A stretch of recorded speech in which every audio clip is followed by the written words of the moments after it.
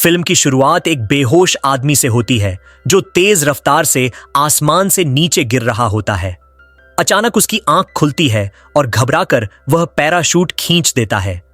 पेड़ों से टकराते हुए वह एक घने अनजान जंगल में जा गिरता है।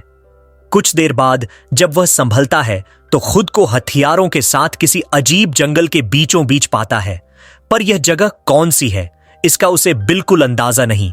इस आदमी का नाम है रॉय। अभी वह हालात समझ ही रहा होता है कि आसमान से एक और इंसान तेजी से नीचे गिरता है और उठते ही रॉय पर बंदूक तान देता है। रॉय उसे शांत कराने की कोशिश करता है, तभी तीसरा व्यक्ति भी ऊपर से गिरता है, लेकिन इस बार पैराशूट न खुलने के कारण वह मौके पर ही मर जाता है। अचानक किसी अनजान दिशा से गोली चलती है। रॉय तुरंत जवाबी निशाना साधता है। तभी सामने आता है निकोलाई, जो बताता है कि वह युद्ध के बीच था जब तेज रोशनी चमकी और अगले ही पल वह हवा में गिर रहा था।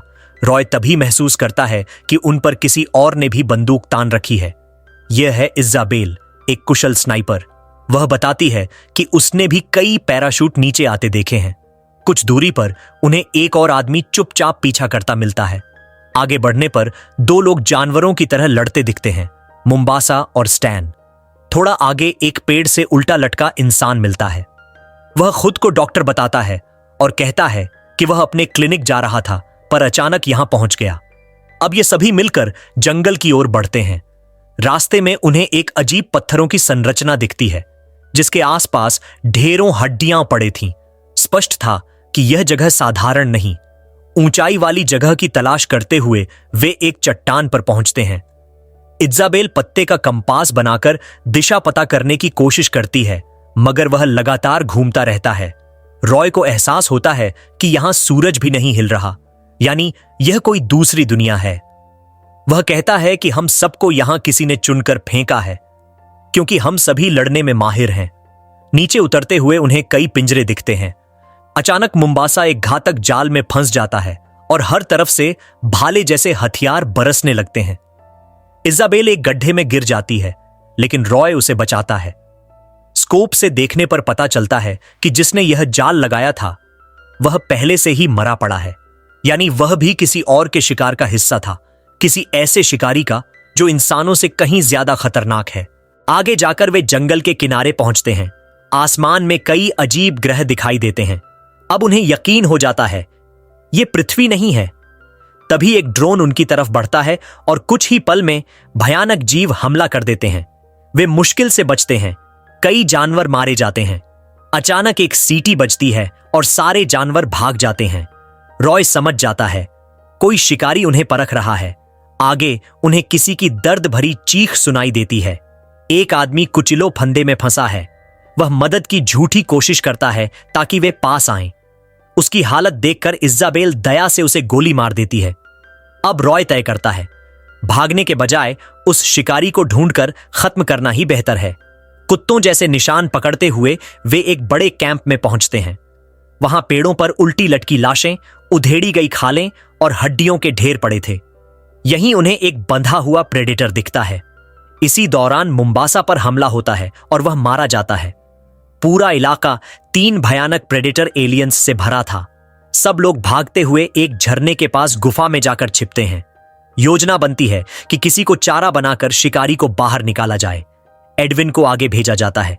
इज़ाबेल फायर करती है, लेकिन असली टारगेट कुछ और निकलता है और तभी एक अनजान व्यक्ति प्रकट होता है, एलियन तकनीक का उपयोग करता हुआ। यह है नोलैंड, जो कई सीजन से इस ग्रह पर फंसा है और 2-3 प्रेडेटर मार चुका है। वह सबको एक पुराने जहाजनुमा ढांचे में ले जाता है।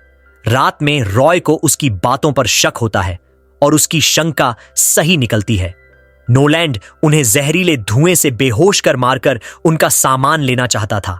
तभी आवाज सुनकर प्रेडेटर्स वहां आ जाते हैं और नोलैंड को मार देते हैं।